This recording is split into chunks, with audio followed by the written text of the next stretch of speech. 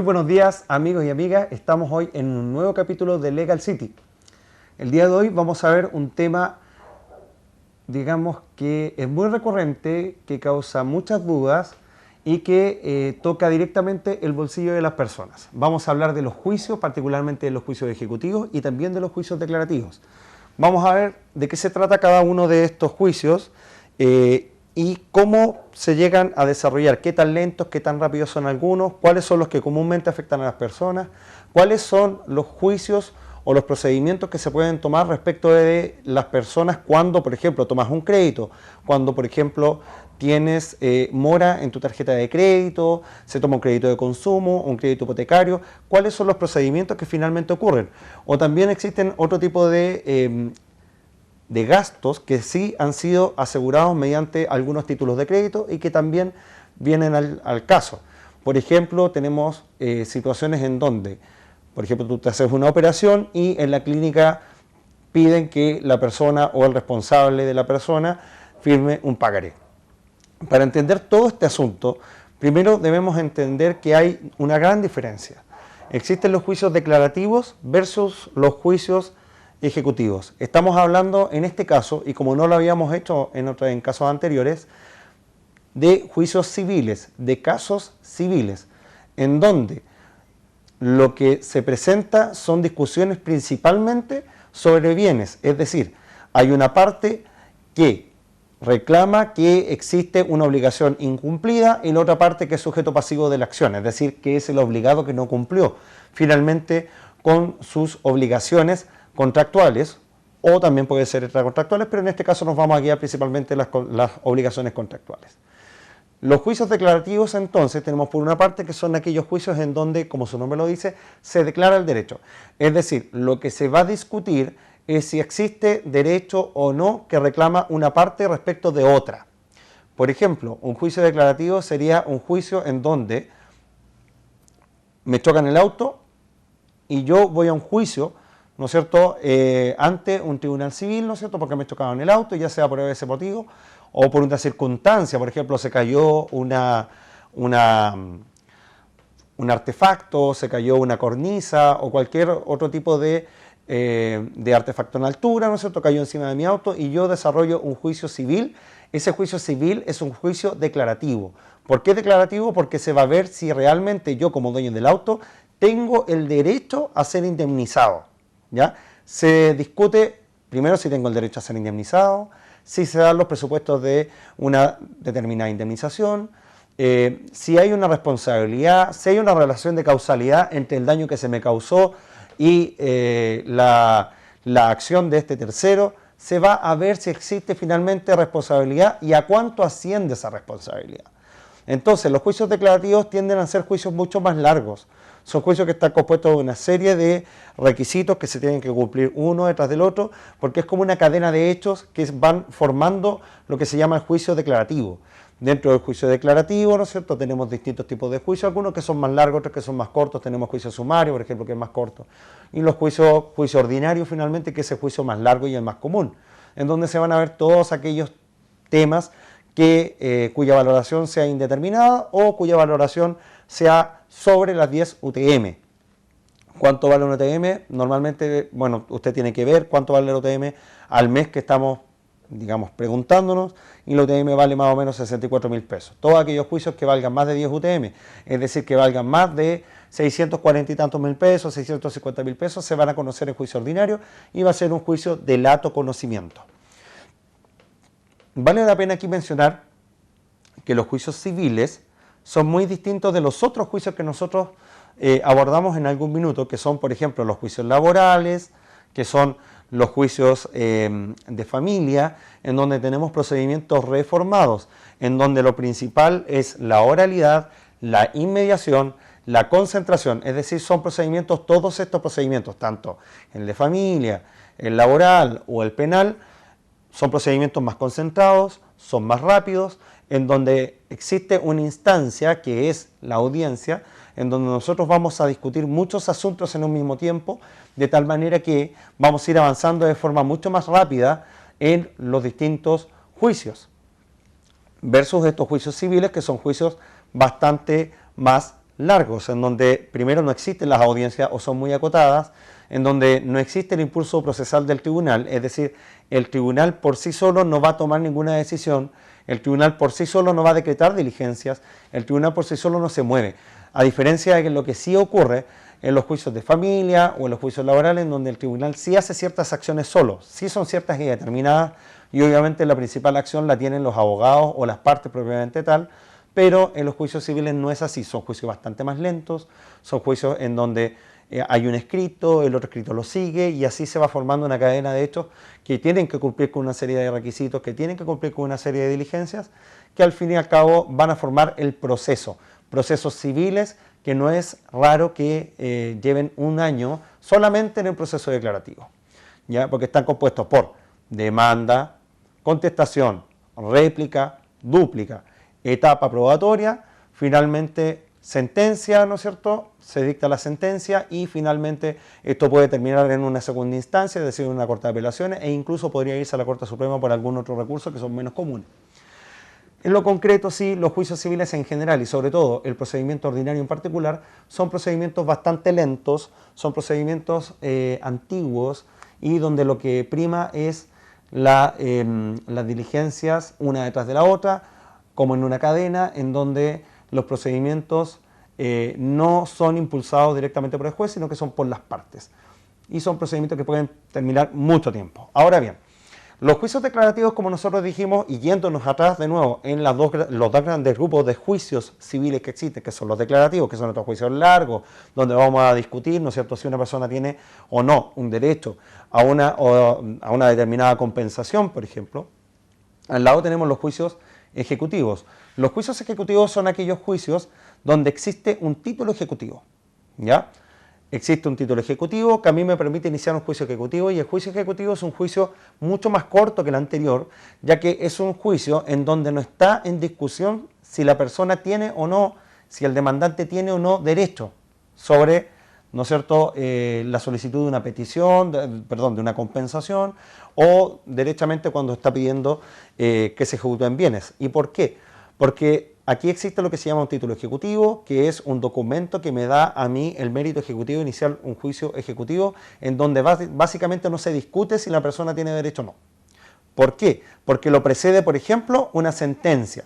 Cuando nosotros tenemos una sentencia, por ejemplo, nosotros ya pasamos por el juicio declarativo y se dijo por un tribunal que ya existían derechos sobre una determinada cantidad, se dijo, ok, usted que le chocaron el auto o usted que tuvo problemas, ¿no es cierto?, con su auto, fue damnificado en su auto, ¿no es cierto?, tuvo un perjuicio, que el perjuicio es tanto, por ejemplo, 10 millones de pesos, entonces usted, señor, usted, señora, tiene una sentencia que está firme y ejecutoriada, y ahora, con esta sentencia, inicio este segundo juicio, que es el juicio ejecutivo, que es mucho más corto. Ahora, la sentencia no es la única forma de obtener un título ejecutivo. Los títulos ejecutivos se obtienen por primera, digamos, instancia, mediante una sentencia que viene después de todo el juicio declarativo, o bien también puede ser mediante otras vías. Nosotros podemos obtener un juicio ejecutivo, por ejemplo, con un pagaré, por ejemplo, con una letra de cambio, por ejemplo, con un cheque, o con otros documentos a los cuales la ley le da título mérito ejecutivo, obviamente la sentencia judicial ejecutoriada. ¿Qué significa que una sentencia está ejecutoriada? Significa que un tribunal se pronunció sobre ella y no existe ningún recurso disponible para poder objetarla, para poder impugnarla. Y de tal manera que esa sentencia ya queda firme y es indiscutible de aquí en adelante. Ya sea porque existiendo recursos posibles en contra de esa sentencia, no se ejecutaron esos recursos, es decir, no se utilizaron por parte del demandado, o ya sea porque directamente ya pasaron los plazos y nadie hizo nada. En cualquiera de esos casos tenemos una sentencia firme y en razón de ella podemos empezar con el juicio ejecutivo. Y, por otro lado, y que es lo más común, tenemos otros títulos ejecutivos, ¿no es cierto?, que es el pagaré. El pagaré que usted firma cuando, por ejemplo, se compra usted una casa, que usted firma un pagaré por una cierta cantidad. O cuando usted firma un pagaré a la hora de ir y comprar un vehículo. Y ese es un pagaré con prenda, es decir, es un pagaré que tiene una garantía real. Es decir, si yo no pago, el vehículo se me remata. Cuando yo firmo un pagaré en el hospital, o más bien dicho en la clínica, cuando me hacen firmar un pagaré por todos aquellos gastos que no están cubiertos por MISAPRE, por ejemplo, o por FONASA, ¿ya? Entonces, el caso del pagaré es súper, súper común, y también tenemos por otro lado no solamente el pagaré, tenemos el cheque, tenemos la letra de cambio, ¿ya? Tenemos muchos otros documentos a los cuales la ley le da mérito ejecutivo y los cuales vamos a examinar a la vuelta de esta pequeña pausa comercial, y pronto vamos a ver cuáles son, de qué se trata el juicio ejecutivo, cuáles son los plazos que manejamos en el juicio ejecutivo y qué es lo que puede ocurrir en el juicio ejecutivo. También hablaremos un poquito de cultura crediticia para que ustedes conozcan qué es lo que es la carga anual equivalente, qué es lo que es un interés, cuánto puede acceder el interés y qué es lo que puede pasar en definitiva si yo no pago. Lo vamos a ver todo a la vuelta de esta pequeña pausa comercial. Ya estamos de vuelta con más de Legal City.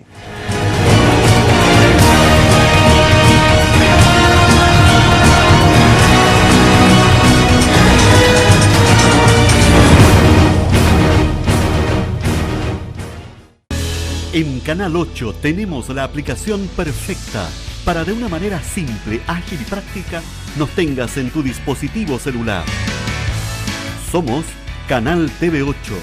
Baja ahora mismo esta liviana y funcional aplicación, genial para vernos en vivo o nuestra programación de archivo, con una interfaz sencilla y potente. Descárgala ya, nueva aplicación de Canal TV 8.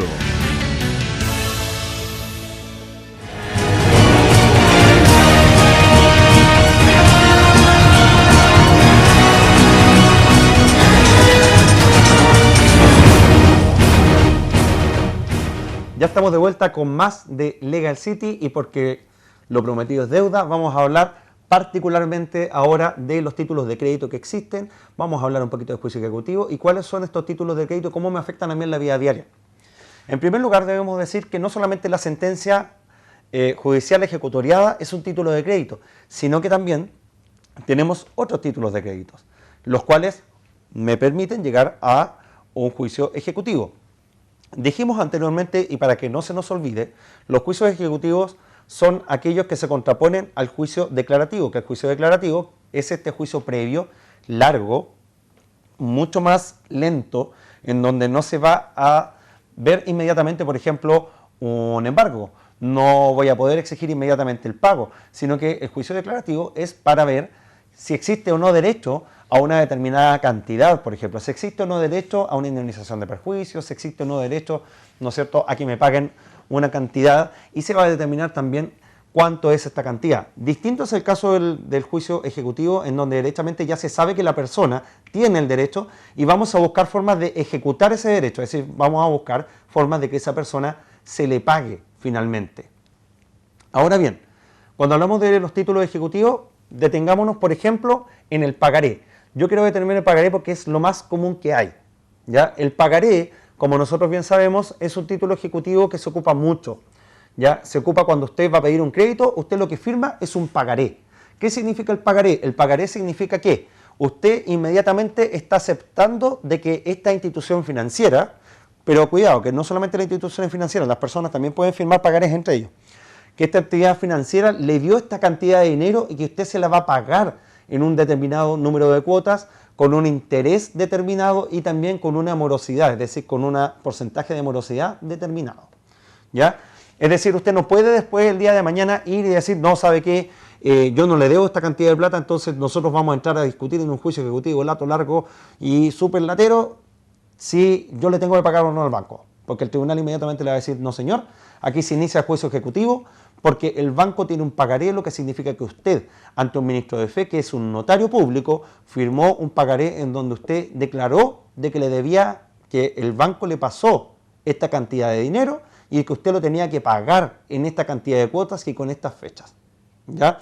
Lo mismo ocurre, por ejemplo, con el pagaré que usted firma cuando compra un vehículo motorizado con crédito. Cuando usted compra un vehículo motorizado con crédito, es decir, un auto, lo compra con crédito, primero lo que debe saber es que ese crédito va a quedar garantizado con una prenda que va a recaer sobre el mismo auto, de tal manera que si usted no paga, el auto llega, lo toman y ese auto lo van a rematar y se van a pagar del crédito, lo que no significa que ahí termina el juicio, porque si hay por ejemplo, si usted compró el vehículo en 8 millones de pesos, que después con la mora, los intereses llegó a 10.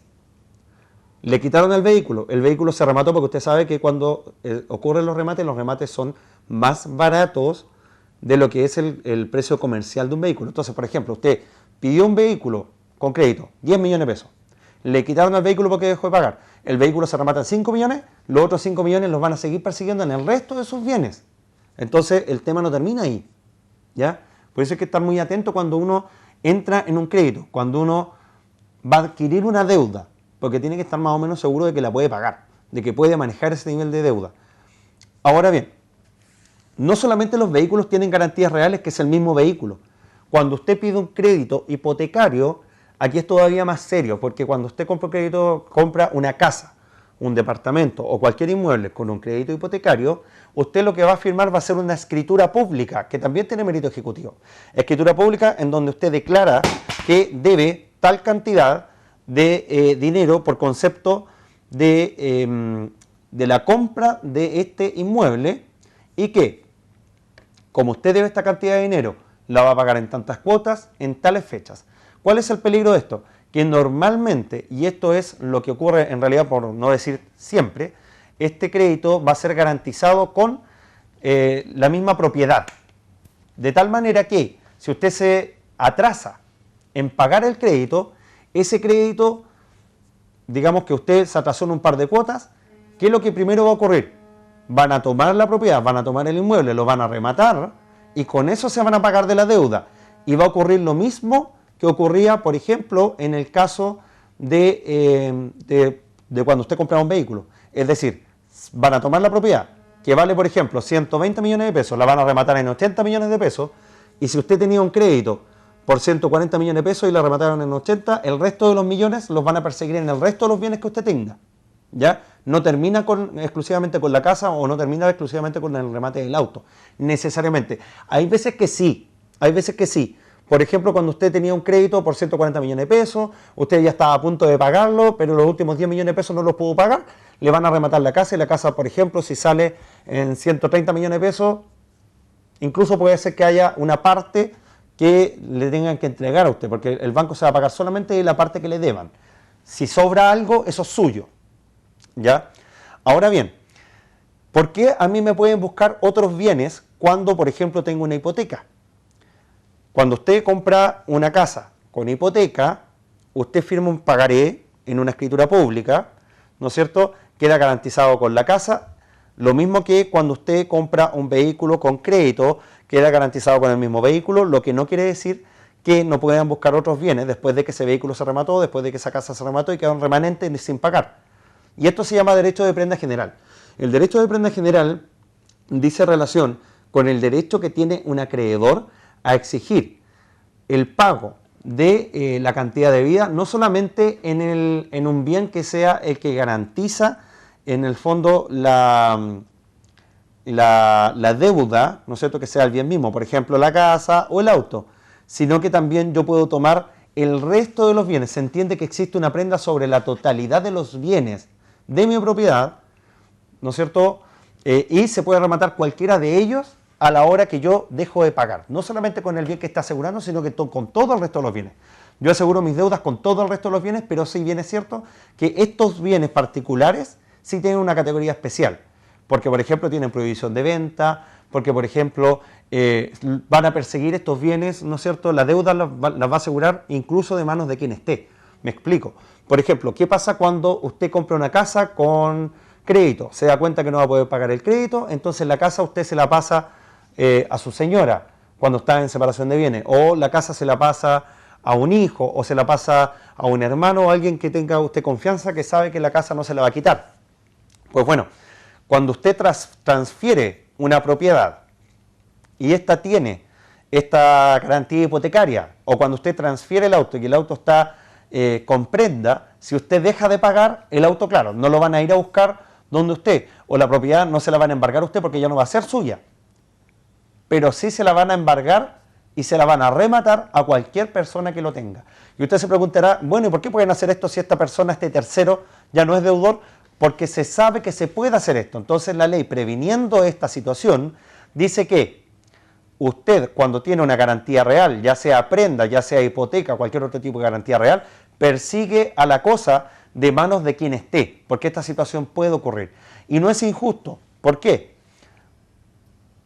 Porque tanto el vehículo como, por ejemplo, los inmuebles tienen un registro público. Usted puede pedir un certificado de anotaciones vigente de un vehículo que no sea suyo, de cualquier vehículo. Entonces usted a la hora de comprar tiene que ser lo suficientemente precavido para ver que este vehículo tiene prenda, porque eso aparece en el certificado de anotaciones vigentes que usted puede pedir por 1.500, 1.700 pesos en la página del registro civil, o ir directamente al registro civil, pedir un certificado de anotaciones vigentes de un vehículo e inmediatamente usted va a tener esa información.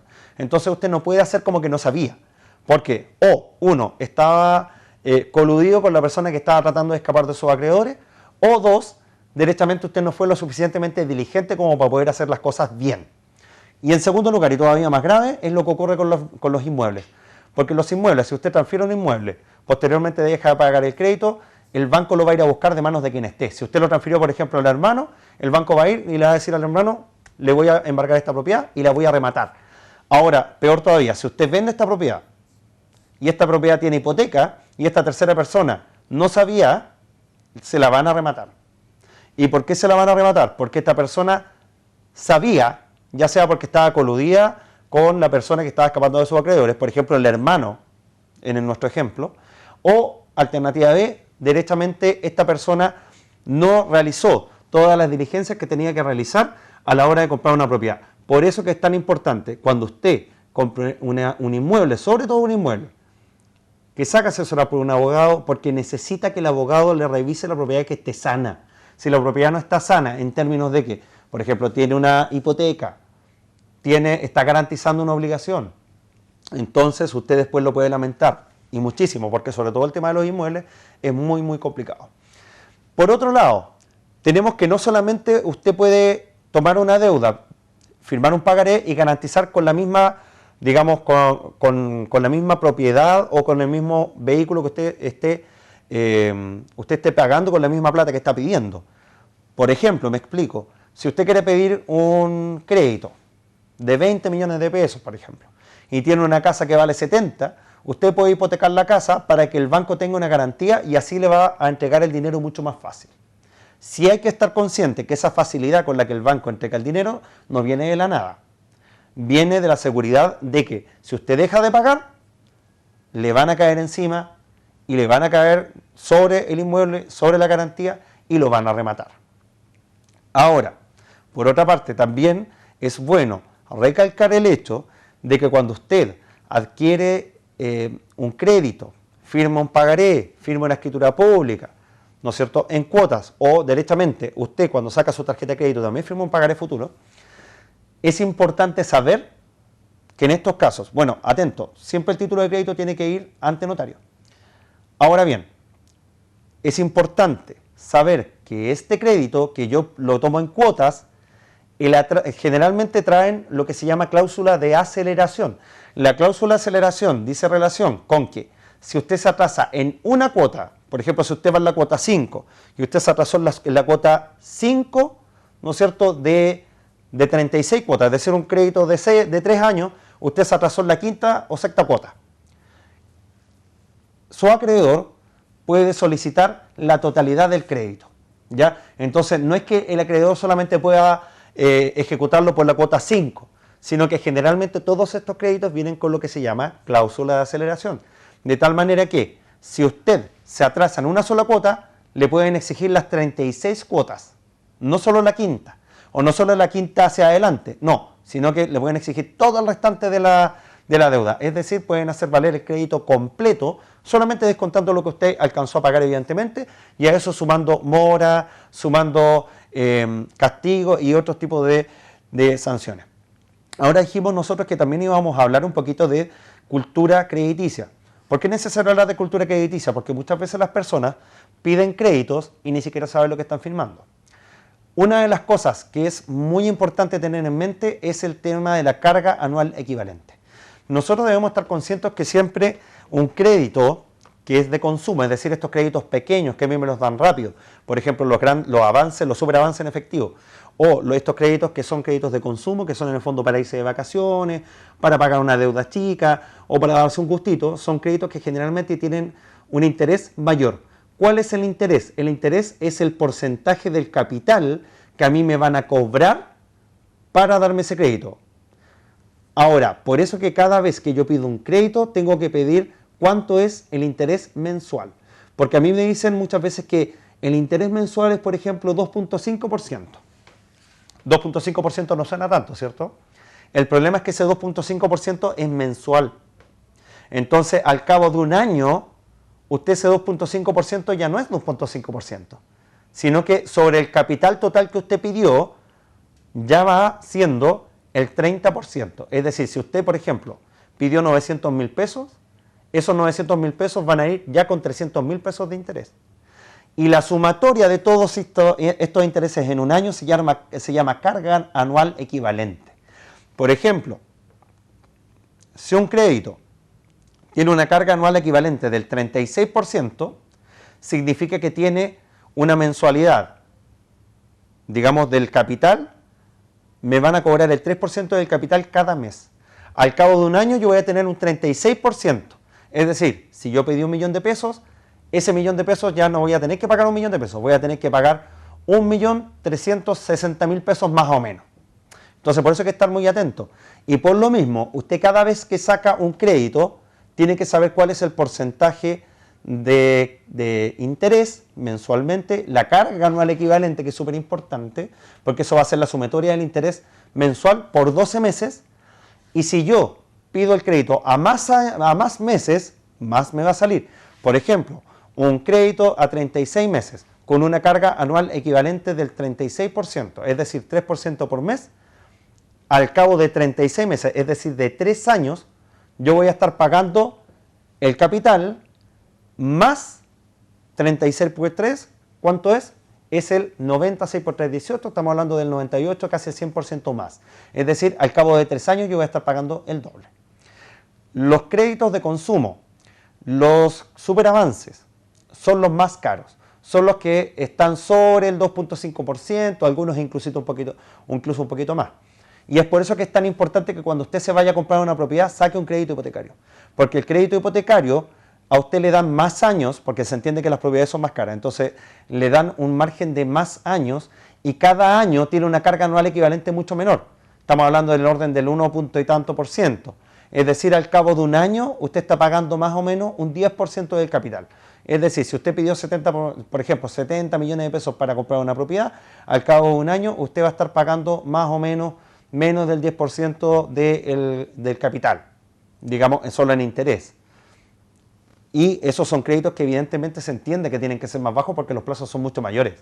Ya estamos hablando de créditos que mensualmente pueden andar en el 1%, lo más grande, 0 punto y tanto por ciento, que al final, claro, estos se proyectan en 36 meses, en mucho más de 36 meses, en verdad. Las casas se compran en 20 años. En 20 años, ¿cuántos meses tenemos? En 10 años, en un año solamente tenemos 12 meses, tenemos, ¿no es cierto?, 12, en 10 años tenemos, ¿no es cierto?, 120 meses, 240 meses, mucho tiempo. Entonces el banco también gana, pero también le conviene a usted, porque si comprara una casa con un crédito de consumo, créame que le saldría muy caro. Ahora vamos a ir a una pequeña pausa comercial y de vuelta sí que vamos a hablar en breve de los procedimientos en juicio ejecutivo, qué pasa cuando usted lo embargan, qué pasa cuando lo van a notificar y más o menos de qué se trata el procedimiento para que usted lo sepa. Así es que vamos a una pequeña pausa comercial y a la vuelta estamos con mucho más de Legal City hablando directamente del juicio ejecutivo. Vamos y volvemos.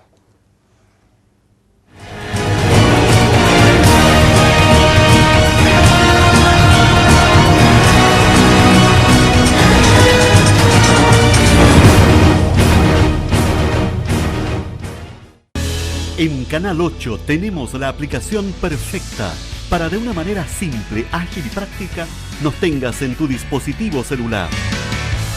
Somos Canal TV 8.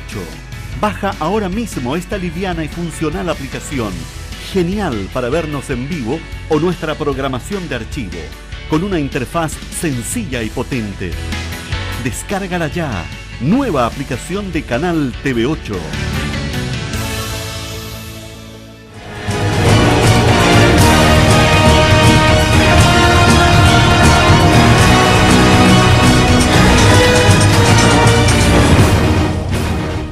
Ya estamos de vuelta con mucho más de Legal City. Ahora nosotros en este bloque íbamos a cerrar hablando directamente del juicio ejecutivo.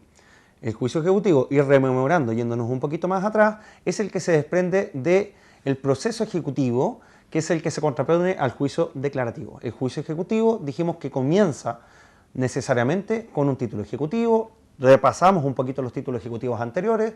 Existe, por ejemplo, los pagarés, que tanto se ocupan cuando usted contrata un crédito, cuando usted toma un crédito, firma un pagaré, cuando usted va a una clínica le hacen firmar un pagaré, cuando usted va a los colegios incluso le hacen firmar pagaré.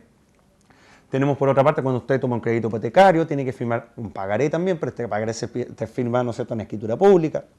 Recordar que todos los títulos de crédito tienen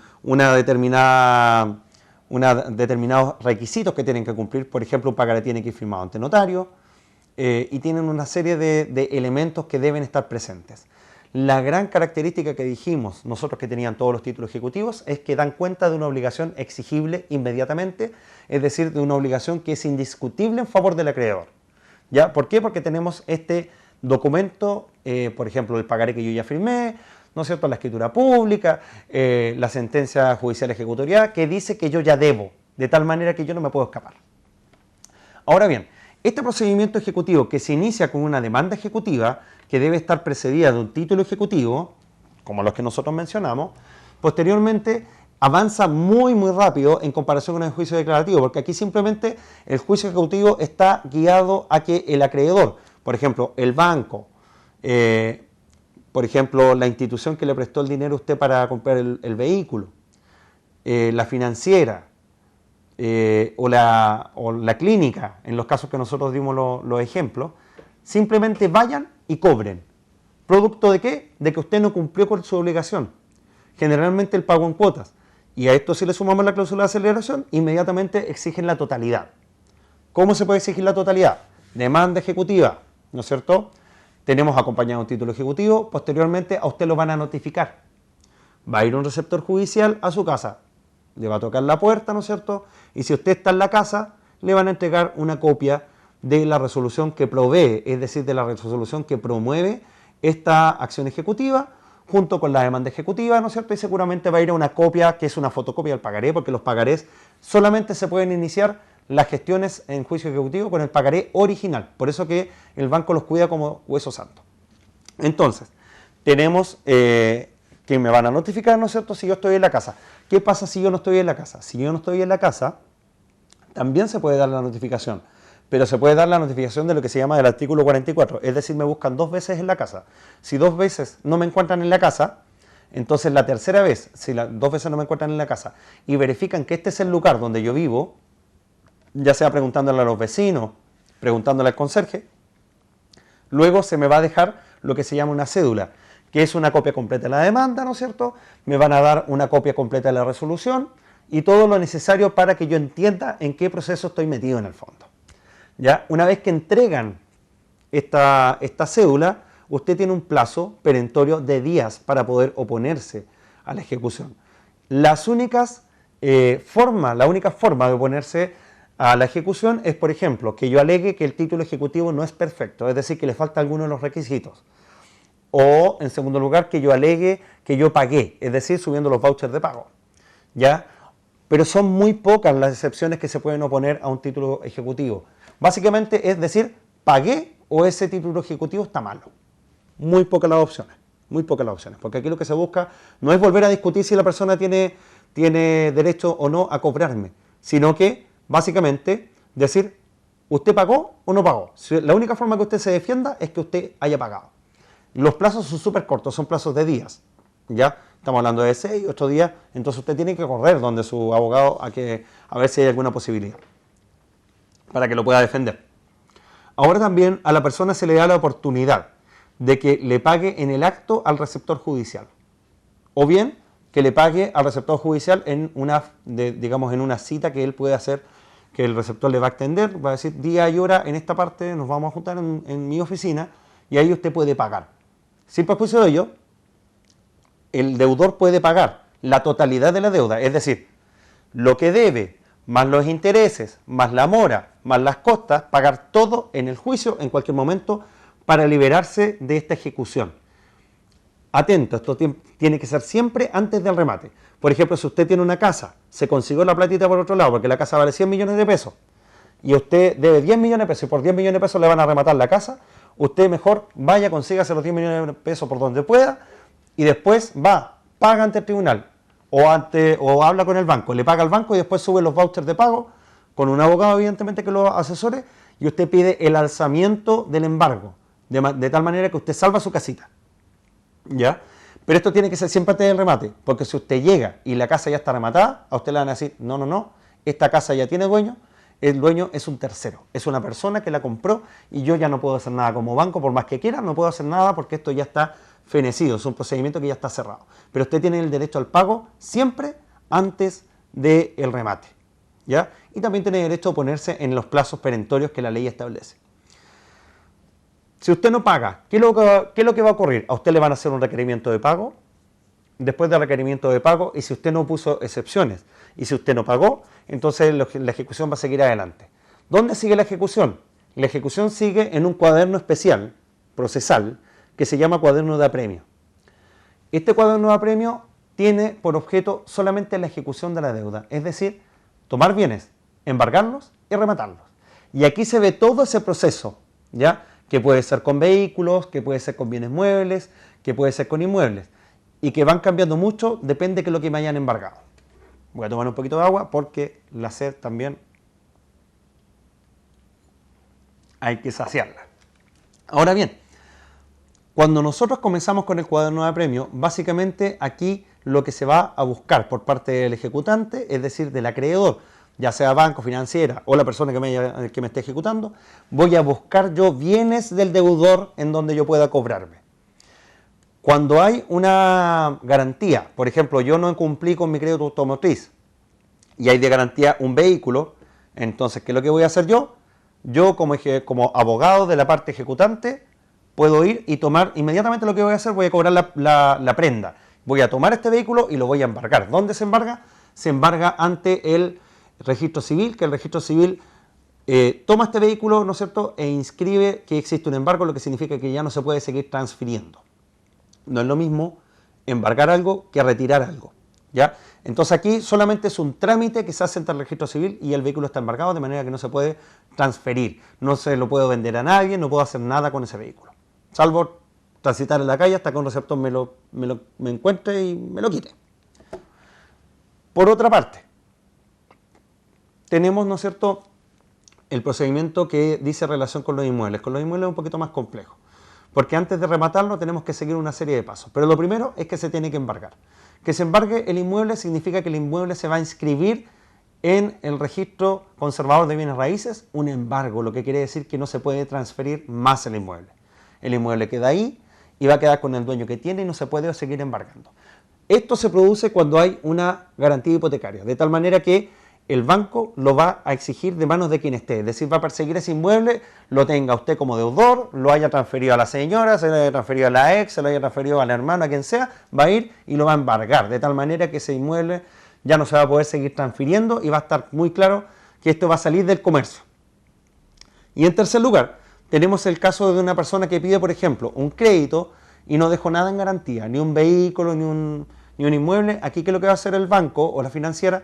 Va a ir y va a buscar cualquier bien que le pueda embargar. Puede ser algún otro inmueble que está a su nombre, puede ser bienes muebles, y aquí es cuando se da esa famosa figura donde usted lo van a embargar a la casa.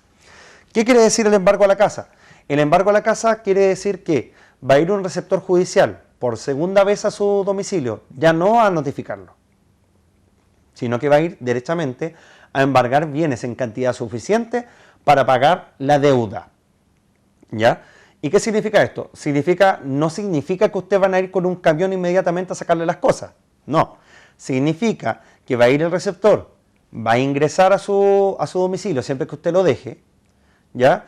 Y él va a hacer una lista de los bienes que usted tiene. Por ejemplo, va a decir, bueno, aquí refrigerador tanto, marca tanto, del año tanto. Un aire acondicionado, un sillón, ¿no es cierto? Y todos los bienes que tengan algún valor van a entrar en esta lista. Y esta lista va a querer decir relación con que todos estos bienes que están en esta lista están embargados. Esta situación muy común se da, repito, en aquellos casos en donde no hay garantías, donde por ejemplo no está el vehículo garantizando la deuda, donde no está el inmueble garantizando la deuda, ahí van a ir y van a tener que embargar lo que encuentran en el fondo. Si usted no le dijo al receptor, no sabe qué, usted váyase aquí, yo no lo voy a dejar entrar a la casa, o usted bien no estaba en la casa, ese receptor judicial se va a devolver y lo más probable es que la entidad financiera a través de su abogado va a solicitar la fuerza pública, lo que significa que van a pedir que a la próxima sea Carabineros quienes acompañen al receptor judicial y este receptor judicial finalmente pueda entrar por la fuerza y hacer esta misma lista por la fuerza. De tal manera que yo le recomiendo que lo deje entrar porque no tiene otra alternativa. De lo contrario, le van a romper la chapa y ahí la vergüenza va a ser grande. El impacto psicológico va a ser importante. Ahora bien, ¿qué viene después de que embargan el inmueble, por ejemplo, lo inscriben en el conservador, embargado, o el vehículo lo inscriben, ¿no es cierto?, en el registro civil, embargado, o qué pasa si me toman esta lista de bienes y están embargados? Se va a subir esta diligencia del embargo a la causa y el abogado, ¿no es cierto?, va a pedir el remate de los bienes. ¿Cómo se remata, por ejemplo, estos bienes que hicieron la lista en mi casa y que me iban a rematar el refrigerador, la tele, los sillones? Esto se hace mediante el retiro primero. Se van a retirar los bienes y ahí es donde llega el camión. Llega el camión, retiran los bienes que hicieron en la lista, ¿no es cierto?, retiran todos estos bienes. Y una vez que retiran estos bienes que están en esta lista, se los van a llevar a un martillero público, que es un ministro de fe, que va a rematar los bienes al martillo. Lo que significa que esto es la clásica figura en donde hay un montón de bienes muebles, ¿no es cierto? Hay una persona que es un ministro de fe, que es un martillero público, y a viva voz dice, ya, por el refrigerador, ¿cuánto da? Y la persona que dé más dinero entre todos los postores se va a quedar con esto. Generalmente estos remates aparecen en páginas web, aparecen en los diarios físicos también, y es interesante por el lado de que, bueno, dos cosas. Primero, la persona que la hayan rematado puede volver a comprar ese bien, o a través de un palo blanco volver a comprar el bien. Y por otro lado también hay muchas personas que compran bienes rematados porque son muchísimo más baratos. Un refrigerador de segunda mano que vale, por ejemplo, 500.000 pesos, en el remate yo lo puedo obtener en 200.000 pesos. Lo que sí es que no hay garantía de que funcione bien. Y eso usted se tiene que hacer cargo, pero generalmente son instrumentos buenos. Vehículos. Los vehículos también se tienen que retirar. Ahora el problema es que los vehículos son semovientes, o sea, son muebles y que se mueven muy rápido. De tal manera que muchas veces no los van a encontrar. Cuando no los encuentren, van a ampliar el embargo y van a pedir más bienes para poder embargar. Los abogados. Y ahí van a poder, por ejemplo, ir y tomar más bienes de la casa. Ya, embargarlo y finalmente retirarlo y rematarlo. Ahora cuando el vehículo se encuentra, también se le retira al propietario del vehículo y se remata el martillo, de la misma manera que se remató los otros. Y aquí tenemos vehículos muy interesantes, por ejemplo, furgones que pueden valer 5 millones de pesos, 6 millones de pesos, pueden salir en 2 millones de pesos. Pero también, sin la garantía de que funcionen bien, pero generalmente sí funcionan bien porque no se están retirando por pérdida total, por ejemplo, sino que se están retirando por no pago. Y finalmente, el caso más interesante, que es el caso del inmueble. Los inmuebles tienen una serie de requisitos antes de rematarlo. En primer lugar, se tiene que tasar el inmueble. Se va a llevar a un experto, esa tasación puede ser objetada porque puede ser que le estén colocando las bases muy bajas. Después se va a colocar un precio, ¿no es cierto?, a esta compraventa que la va a determinar el tasador, ¿no es cierto?, el tribunal la tiene que aprobar. Se tienen que formular las bases del remate en donde se va a decir qué día se va a rematar, cuáles van a ser las bases del remate, es decir, cuánto es la caución, es decir, la plata inicial que uno tiene que dar para poder participar del remate, cuántas veces se puede rematar, cuál va a ser el valor mínimo del remate, ¿no es cierto? Y una serie de requisitos que se van a determinar, ¿no es cierto?, las bases del remate que tienen que ser aprobadas por el magistrado y después estas bases también se tienen que publicar. Ya el día tanto se va a rematar tal propiedad y ahí, en el momento de que se remate la propiedad, que esto va a ser en el tribunal civil, se van a tener que reunir todos los postores, van a tener que dejar sus cauciones, que son esta postura mínima de seriedad, en el fondo, que es un pagaré que usted tiene que dejar para que sea creíble el hecho de que usted no va solamente a levantar la paletita para entretenerse. Entonces usted lo deja ahí, lo deja en la custodia del tribunal y aquí evidentemente el mejor postor que se ajuste a las bases del remate se va a quedar con la propiedad.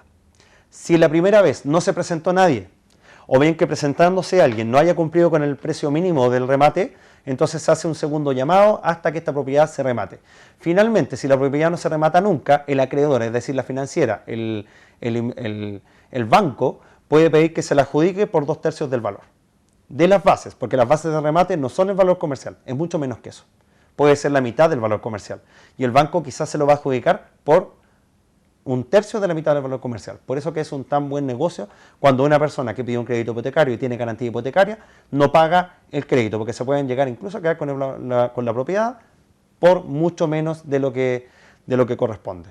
Los bancos, de hecho, generalmente, todos los bancos, en realidad no generalmente, todos los bancos tienen una división de propiedades rematadas. Después esas propiedades son rematadas, ¿no es cierto?, se adquieren y después se vuelven a vender a un precio interesante.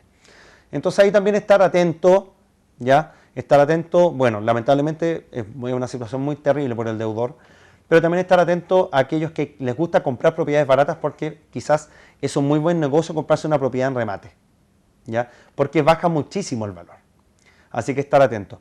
Y una vez que se remata una propiedad, se inscribe en digamos, un inmueble, se inscribe en el conservador de bienes raíces y ahí termina la jugada y queda, ¿no es cierto?, en favor de esta persona que lo remató por un precio, ¿no es cierto?, que se ajuste a las bases del remate y finalmente esta persona se transforma en acreedora digamos, del inmueble y el inmueble se adquiere libre de todo, de toda hipoteca, ¿no es cierto? Se produce lo que se llama la purga de la hipoteca, todo el resto de los acreedores hipotecarios que no se alcanzaban a pagar, mala suerte, esta propiedad se adquiere limpia. Y esta tercera persona, o incluso el mismo acreedor bancario, la va a tomar y la va a tomar absolutamente limpia, de manera que puede ser un tremendo negocio. Lo terrible es que es a costa del sufrimiento del deudor. Pero bueno, una cosa es las dos caras de una moneda, y por eso que hay que estar muy atentos con el tema de los pagos, hay que estar muy atentos con no atrasarse, con la cláusula de aceleración, porque si no puede ser muy, muy, muy terrible. Entonces, señor, señora, muy atentos con cuánto crédito pide, cuántos préstamos pide, qué es lo que deja en garantía, si deja en garantía una propiedad, si deja en garantía, por ejemplo, su vehículo.